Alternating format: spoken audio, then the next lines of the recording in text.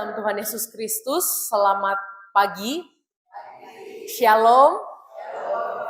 Senang sekali hari ini saya bisa ada di tempat ini bersama-sama belajar dan merenungkan firman Tuhan bersama dengan Bapak Ibu Saudara. Perkenalkan, sebagaimana yang tertera di layar Bapak Ibu, saya Pendeta Ayudistia, D-nya itu Duita. Jadi anak kedua ya Bapak Ibu. Duita Prawira, saya melayani di GKI Kayu Putih. Dan di GKI Kayu Putih itu saya dikenal dengan dua nama begitu ya Bapak Ibu. Ada yang memanggil saya Pendeta Ayu, ada juga yang memanggil saya Pendeta Tia. Jadi itu kalau Bapak Ibu mendengar Pendeta Ayu, Pendeta Tia dari GKI Kayu Putih itu satu orang yang sama Bapak Ibu. Hari ini saya senang dan bersyukur dan kita akan bersama-sama merenungkan firman Tuhan.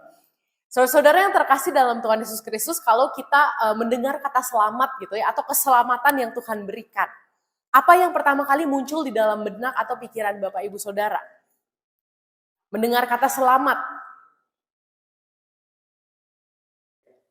Bahagia, senang, oke. Apalagi? Kesuksesan. Wah, luar biasa ya. Bahagia, senang, kesuksesan, apalagi? Bebas. Bebas ya. Bebas dari dosa. Bebas gitu ya, bebas itu banyak artinya soalnya. Bapak Ibu saudara-saudara yang terkasih dalam Tuhan Yesus Kristus, kita ini adalah orang-orang yang diselamatkan oleh Tuhan. Dan keselamatan itu sudah diberikan oleh Tuhan Yesus di kayu salib. Ia telah mati dan ia bangkit memberikan keselamatan sehingga kita itu disebut sebagai orang-orang yang selamat. Apakah Bapak Ibu bahagia saat ini? Bahagia ya, sukacita ya. Meskipun kadang-kadang kalau kita menghadapi persoalan, kita jatuh bangun juga.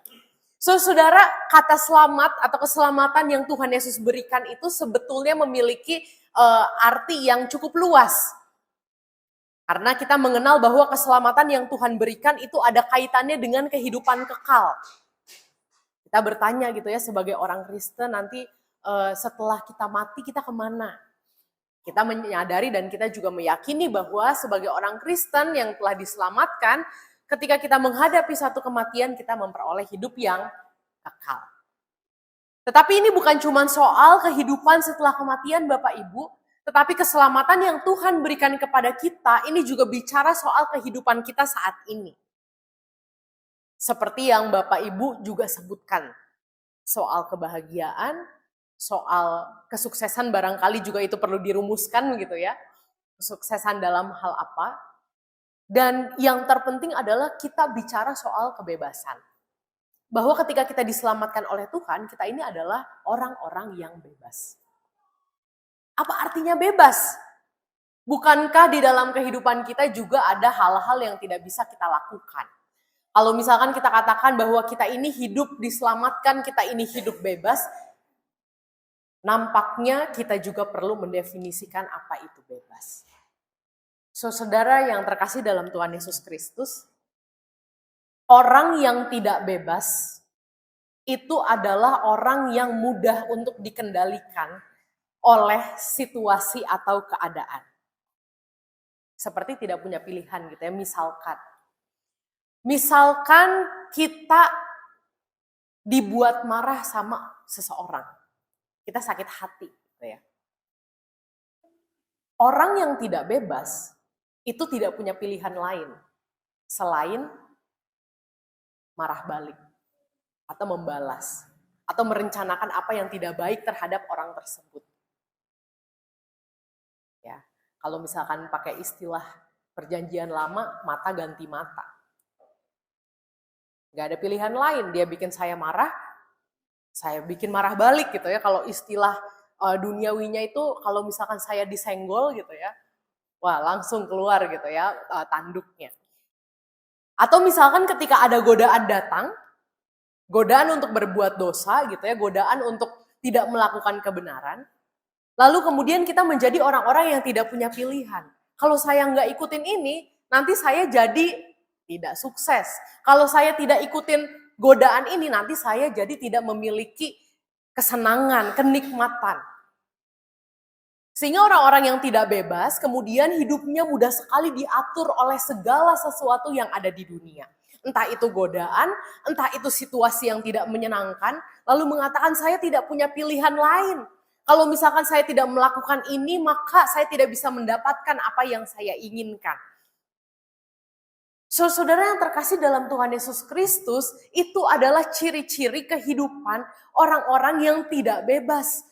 Seakan-akan ketika ada hal buruk terjadi pada dirinya, ia tidak punya pilihan dan ia memilih jalan yang tidak dikehendaki oleh Tuhan.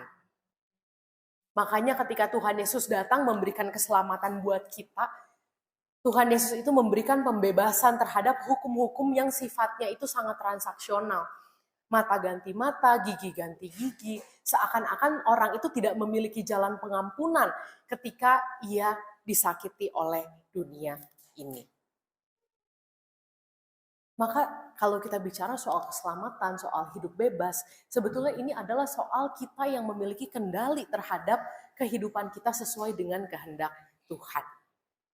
Ciri-ciri orang yang hidup diselamatkan dan hidup bebas adalah mereka yang tidak dikendalikan oleh situasi, tidak dikendalikan oleh emosi, tidak dikendalikan oleh apa yang terjadi, apa yang dilakukan oleh orang lain terhadap dirinya, tetapi ia sadar betul bahwa sekalipun dunia memberikan asam garam kehidupan, memberikan penderitaan, tetapi kita selalu punya pilihan untuk hidup benar dan juga berbahagia di dalam Tuhan. Saudara, kenapa saya mengawali perenungan hari ini dengan hal tersebut begitu ya? Karena hari ini kita merayakan Minggu Kristus Raja. Kristus itu adalah raja. Satu-satunya raja di dalam kehidupan kita. Dan raja, sebagai seorang raja, Kristus itu tidak pernah menggunakan cara-cara yang kekerasan, cara-cara penindasan gitu ya. Orang-orang semua harus tunduk takluk kepada dia. Enggak. Tetapi Kristus ketika ia menjadi raja, ia memberikan keselamatan kepada kita. Ia itu adalah seorang raja yang melakukan kebenaran dan juga kasih di dalam kehidupannya. Dan ketika Kristus menjadi raja, ketika Kristus menjadi penguasa atas kehidupan kita, bukan berarti kemudian segala sesuatu itu menjadi suasananya penuh dengan penaklukan dan penindasan, tidak. Tetapi Kristus itu membebaskan setiap jiwa agar kita tidak diatur oleh dunia ini. Agar hidup manusia yang percaya kepadanya dibebaskan. Agar manusia yang percaya kepadanya tidak terperangkap, tidak terbelenggu oleh segala sesuatu yang ada di dunia ini sehingga mereka melakukan dosa secara terus-menerus. Termasuk ketika kita mengalami penderitaan. Hari ini kita membaca kitab Wahyu, Bapak Ibu. Kitab Wahyu itu adalah kitab yang seringkali kalau misalkan kita baca barangkali tidak seperti kitab-kitab lainnya yang bentuknya narasi, mudah dimengerti gitu ya. Juga kita sering mengaitkan kitab Wahyu dengan akhir zaman. Tadi kita membaca kitab Wahyu pasalnya yang pertama ayat 4 sampai 8. Ini adalah permulaan awal kitab Wahyu, di mana kita mendapatkan sebuah informasi bahwa kitab Wahyu ini ditulis bagi 7 jemaat kecil di Asia, yang mana mereka tengah berada di dalam tekanan dan juga penderitaan. Kita membaca di dalam Wahyu 1 ayat yang keempat dari Yohanes kepada 7 jemaat yang di Asia kecil.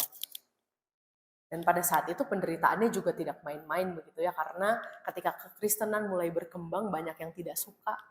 Orang-orang Yahudi tidak suka, kekaisaran Romawi juga menjadi tidak suka gitu ya, karena dihasut oleh orang-orang Yahudi, dianggap sebagai pembelot kaisar. Sehingga kalau ada orang Kristen yang ditemukan, maka mereka itu tidak sangat mudah sekali untuk dihukum, ditangkap gitu ya, kemudian diberikan hukuman mati. Bayangkan Bapak Ibu tidak seperti kita sekarang gitu ya, barangkali sekarang mungkin masih ada tekanan-tekanan, tetapi kita masih bisa beribadah setiap minggu dengan bebas. Pada saat itu jemaat sangat tertekan.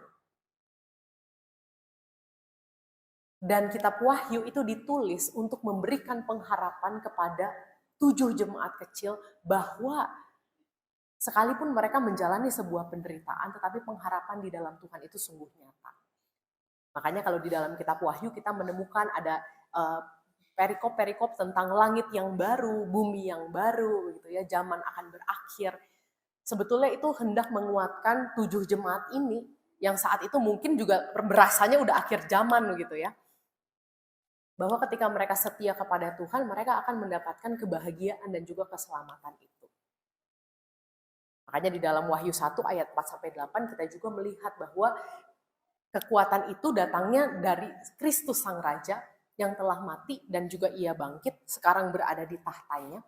Maka sekalipun mereka menjalani penderitaan, mereka tidak dikontrol, mereka tidak dikendalikan oleh penderitaan tersebut. Dan ketika kita juga menjadi warga kerajaannya Kristus, Kristusnya jadi raja, kita jadi warganya, sebetulnya tidak ada satu hal pun di dunia ini Bapak Ibu yang bisa menentukan nasib kita sebagai orang-orang yang diselamatkan. Gak ada satu orang pun yang hidup tanpa pergumulan. Kita semua hidup dengan berbagai macam pergumulan. Tidak ada satu orang pun yang hidup tanpa kesulitan dan kesusahan.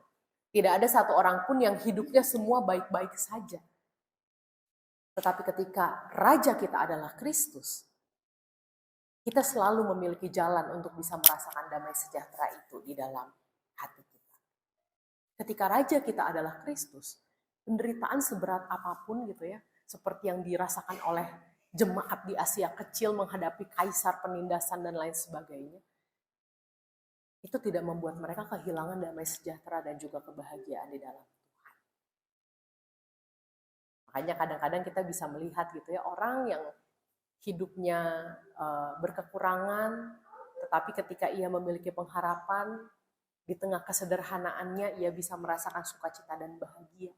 Itu orang-orang yang bebas dan juga diselamatkan. Kenapa?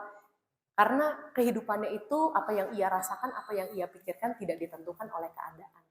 Tetapi hanya oleh Tuhan, Sang Kristus, Sang Raja, yang memberikan pengharapan di dalam kehidupan kita. Karena kita nggak bisa ya Bapak Ibu mengatur apa yang terjadi di sekitar kita. Jemaat di Asia Kecil itu juga nggak bisa mengatur kaisar mesti kayak gimana, nggak bisa, nggak mungkin. Mereka nggak bisa mengatur orang-orang Yahudi mesti berlaku apa terhadap mereka, nggak mungkin. Sama kayak kita juga hidup di dalam komunitas, di dalam lingkungan masyarakat, di dalam pekerjaan, kita tuh nggak punya kuasa, nggak punya kontrol untuk mengatur orang lain mau mikir apa tentang kita, tuh nggak bisa Bapak Ibu. Kita nggak bisa atur orang lain mau bersikap apa tentang kita, kepada kita nggak bisa. Kita nggak bisa mengatur orang lain itu harus selalu baik sama kita, nggak boleh bikin kita sakit hati, itu nggak bisa. Tetapi yang bisa kita kendalikan sebagai orang-orang yang diselamatkan adalah hati kita. Agar kita terus berpegang kepada Tuhan. Di dalam PKJ gitu ya, kalau saya nggak salah, ada satu lagu yang sebetulnya sangat menurut saya bagus begitu ya. Kalau Bapak Ibu tahu lagu Bila Topan Keras Melanda Hidupmu, tahu ya. Ini lagu yang mindsetnya adalah mindset orang-orang yang diselamatkan. Liriknya, bila topan keras melanda hidupmu, bila putus asa dan letih lesu, berkat Tuhan satu-satu hitunglah, kau niscaya kagum oleh kasih-Nya. Berkat Tuhan mari hitunglah, kau kan kagum oleh kasih-Nya. Berkat Tuhan mari hitunglah, kau niscaya kagum oleh kasih-Nya.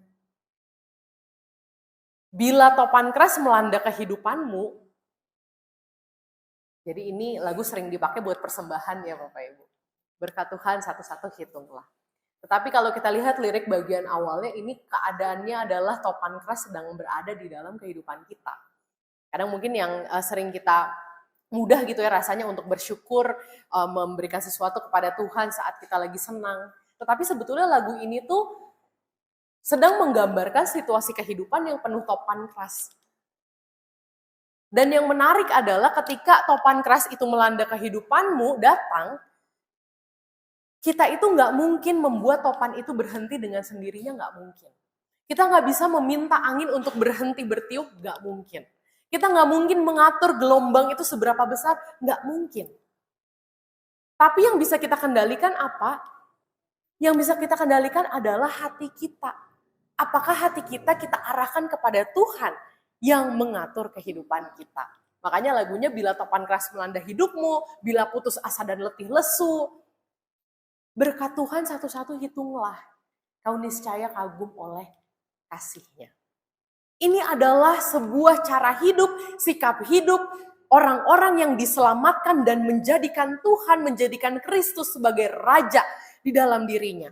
Dia tidak menjadikan topan itu sebagai pengendali hidupnya, karena ada topan maka saya marah-marah begitu ya. Karena ada topan saya jadi nggak percaya lagi sama Tuhan. Karena ada topan maka saya ya udahlah, saya nggak mikirin semua tanggung jawab saya. Enggak. Ini adalah satu kehidupan yang diselamatkan dan memiliki kendali untuk mau terus berpegang pada Kristus yang mengatur kehidupan kita. Maka Bapak Ibu, hari ini ketika kita memperingati bahwa Kristus itu adalah Raja, ketika ia ditangkap oleh Pilatus pun, ia tidak mengatakan pembelaan yang seperti apa begitu ya, tidak menghentikan pemberontakan orang-orang Yahudi, enggak gitu ya. Sekalipun ia adalah Tuhan, enggak. Tetapi di dalam jalan keselamatannya itu, ia mau menunjukkan bahwa ketika ia mati sekalipun, ia bangkit.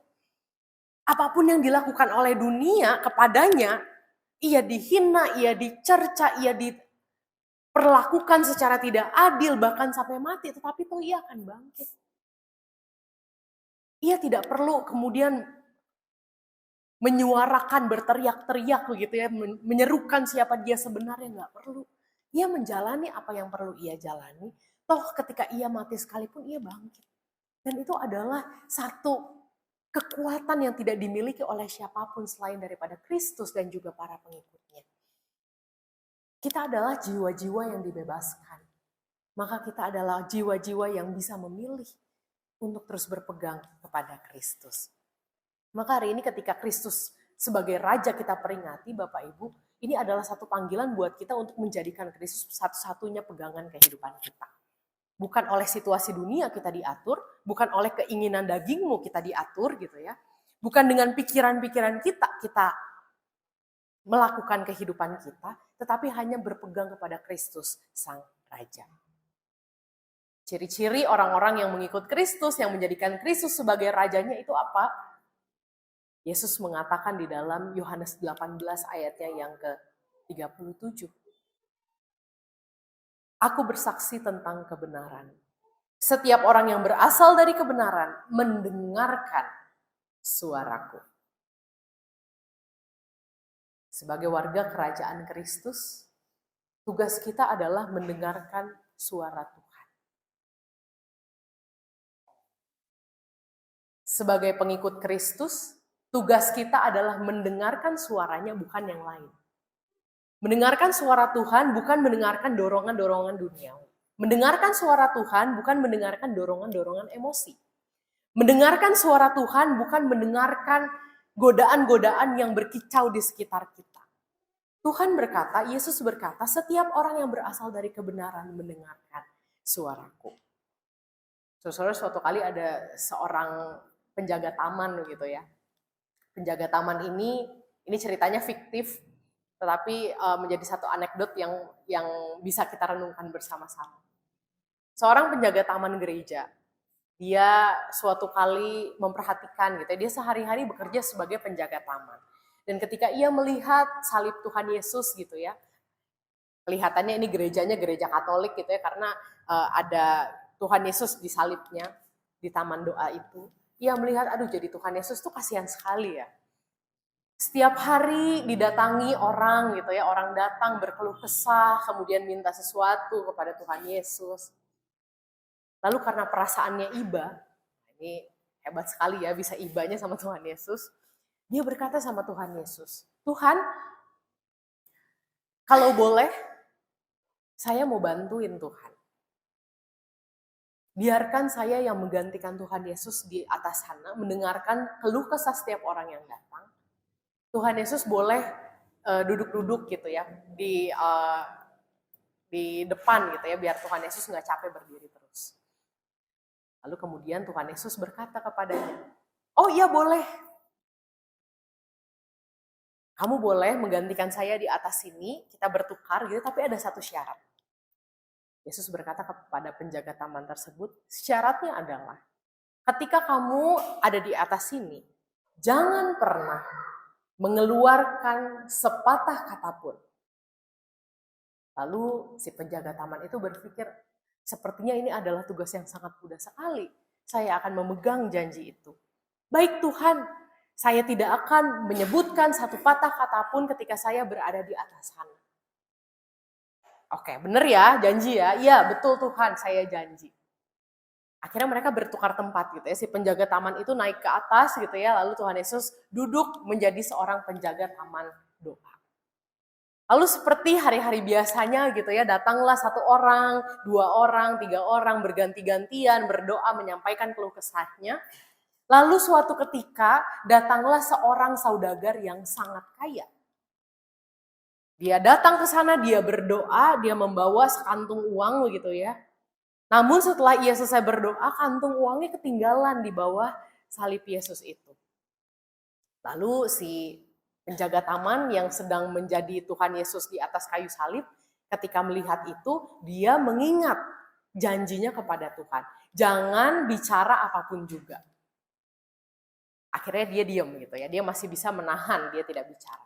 Saudagar itu pergi, ada kantung uang di situ, lalu masuklah seorang yang kelihatannya tidak punya uang begitu ya, kelihatannya ekonominya lagi sulit. Bajunya juga agak sedikit sobek, lusuh, dan ia berdoa di sana. Dan ketika ia berdoa gitu ya, ia meminta berkat oleh Tuhan karena pada saat itu ia belum makan bersama dengan keluarganya dan juga besok-besok ia menanti berkat-berkat Tuhan. Dan ketika amin, ia melihat ada sekantung uang di sana. Orang tersebut langsung merasa, wah, Tuhan menjawab doa saya. Setelah saya berdoa, ada kantung uang. Lalu dia ambil kantung uang tersebut, dengan rasa syukur ia pulang ke rumah. Si penjaga taman yang ada di atas itu, melihat itu dia udah mulai gregetan gitu ya. Itu bukan punya kamu. Tapi di dalam hatinya dia berkata seperti itu, tapi dia masih ingat janji sama Tuhan. Aduh, tapi saya nggak boleh ngomong apapun. Akhirnya dia diam. Tidak lama kemudian ada seorang pemuda datang ke taman doa tersebut. Dia berdoa minta keselamatan karena ia mau pergi jauh berlayar. Dan pada saat itu ketika ia berdoa dan amin, masuklah dari depan seorang saudagar yang tadi meninggalkan sekantung uangnya. Lalu ia mencari-cari kantung uangnya, tidak ada. Dan ia melihat ada seorang pemuda baru selesai berdoa dan hendak meninggalkan taman doa.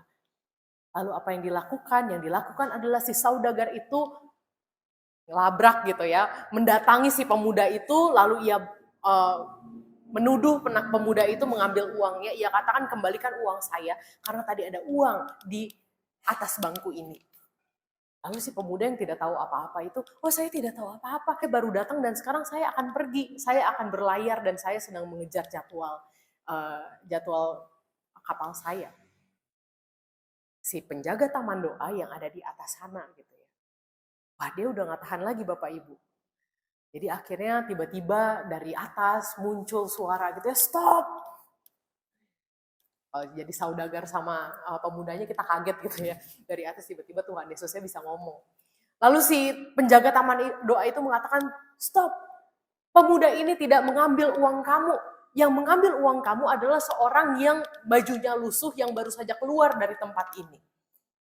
Lalu mendengar hal tersebut, si saudagar itu berhenti marah kepada si pemuda begitu ya. Lalu kemudian ia segera keluar mendatangi, ia mencari gitu ya, dan ketemu ada orang yang bajunya lusuh membawa sekantung uang, lalu uang itu diambil daripadanya dan si pemuda itu pergi berlayar. Si penjaga taman itu merasa dia, saya telah berbuat satu hal yang sangat benar gitu ya, sangat baik. Tetapi tidak lama kemudian datanglah Tuhan Yesus dari depan. Tuhan Yesus marah, kamu barusan ngapain? Lalu si penjaga taman doa itu mengatakan, saya baru saja melakukan sesuatu yang benar Tuhan. Apa yang kamu lakukan terhadap mereka? Lalu diceritakan gitu ya, tadi ada ini, ada uang diambil tapi terus ada yang dituduh. Lalu saya meluruskan, saya membenarkan. Lalu Tuhan Yesus mengatakan, kamu itu tidak tahu bahwa saudagar itu mendapatkan uang itu dari hal-hal yang tidak benar dan akan ia pakai juga untuk hal-hal yang tidak benar. Dan kamu juga nggak tahu bahwa orang yang berpakaian lusuh itu sedang sangat membutuhkan uang untuk bertahan hidup bersama dengan keluarganya. Dan andai kata kamu membiarkan sedikit lagi, sebentar lagi, si saudagar dan pemuda itu saling adu pendapat, maka pemuda itu akan ketinggalan kapalnya yang mengalami kerusakan di salah satu bagian kapalnya. Dan sebentar lagi kapal itu akan mengalami kecelakaan. Lalu kemudian si penjaga taman doa itu kaget gitu ya. Dia terdiam dan juga menyadari bahwa, wah berarti apa yang saya tadi kira benar ternyata itu tidak sesuai dengan apa yang Tuhan kehendaki. Saudara yang terkasih dalam Tuhan Yesus Kristus, ini adalah sekali lagi ini fiktif gitu ya, anekdot. Tetapi ini sesuatu yang kadangkala terjadi di dalam kehidupan kita Bapak Ibu. Kadangkala kita itu merasa bahwa kita itu benar. Dan kadangkala kita punya alasan untuk marah sama Tuhan. Kadangkala kita itu merasa benar, merasa bahwa oh ini harus, kalau misalkan mau adil maka dia juga harus tahu bahwa dia salah. Kita ingin meluapkan kemarahan kita merasa bahwa apa yang dipikirkan oleh kita itu adalah benar. Padahal belum tentu, jangan-jangan itu tidak sesuai dengan apa yang Tuhan kehendaki. Tentu saja cerita ini tidak mengajak saudara-saudara untuk mengambil uang yang bukan punya saudara begitu ya. Tetapi kita mau belajar untuk mendengarkan suara Tuhan ketika di dalam diri kita ada pikiran-pikiran, ada dorongan-dorongan yang kita anggap itu benar padahal itu merusak relasi kita. Yang kita anggap itu benar padahal sebenarnya kita sedang mendahulukan ego kita. Yang kita anggap itu benar tetapi itu sedang memecah belah keadaan.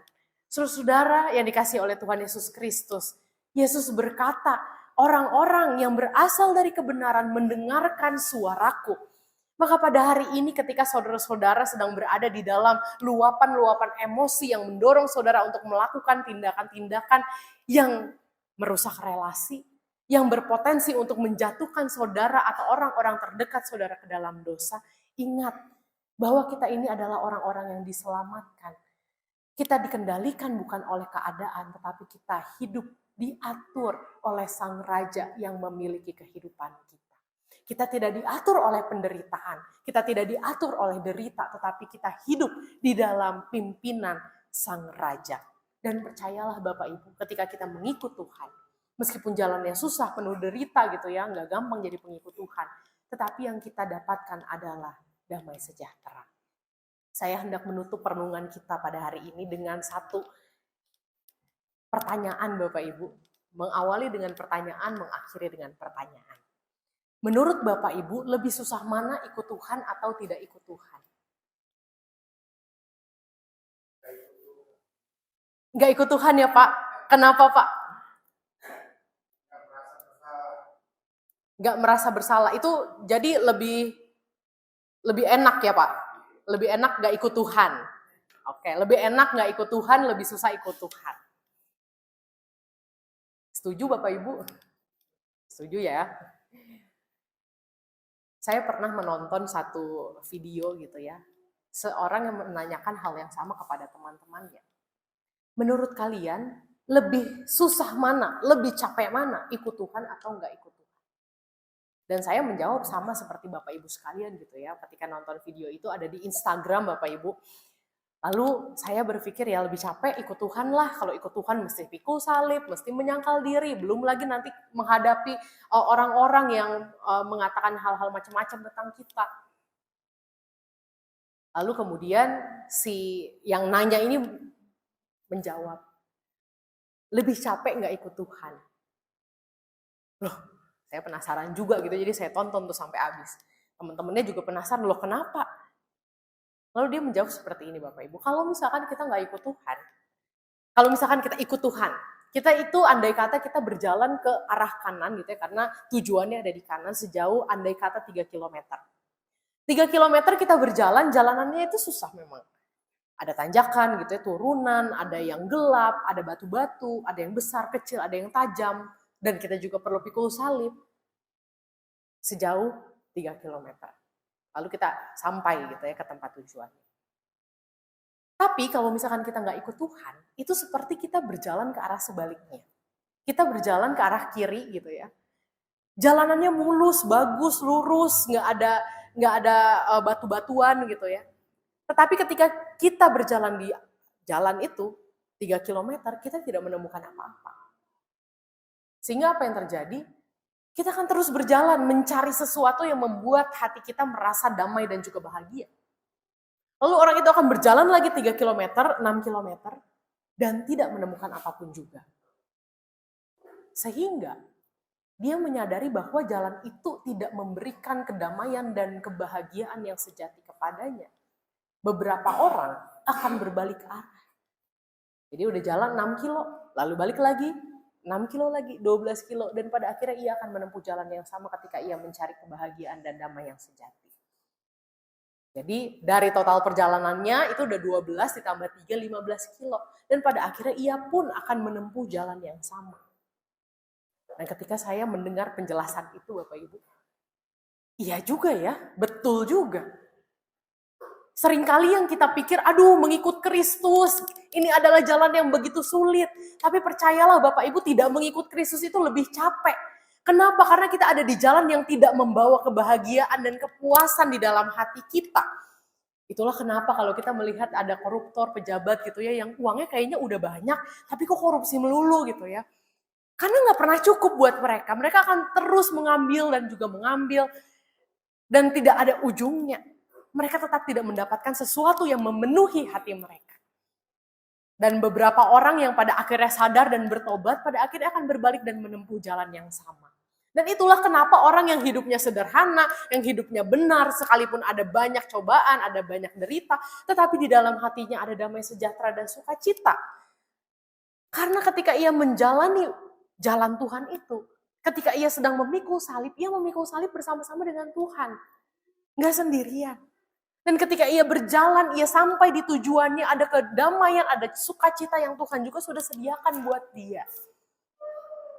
Maka lebih capek mana? Lebih capek ikut Tuhan, gak ikut Tuhan? Ternyata lebih capek gak ikut Tuhan. Karena kita berada di dalam sebuah jalan yang tidak ada ujungnya, yang tidak memberikan kepada kita sukacita yang penuh. Mengikut Kristus Sang Raja memang jalannya tidak mudah. Yesus sendiri menjalani jalan penderitaan. Jemaat-jemaat pada mula-mula juga menghadapi pergumulan dan kita pada saat ini pun bergumul menjadi pengikut Kristus. Tapi percayalah bahwa ujungnya adalah damai sejahtera. Sukacita yang Tuhan janjikan itu sungguh nyata. Kiranya kita menjadi pengikut-pengikutnya yang bertahan di dalam penderitaan. Yang tetap bisa melihat kasih Tuhan dan kehadirannya. Sekalipun kita berada di dalam masa-masa memikul salib. Tetapi kita merasakan bahwa Tuhan mengasihi kita. Kiranya Tuhan Yesus memberkati. Selamat hari Minggu Kristus Raja. Selamat menjadi pengikut-pengikutnya yang setia. Amin.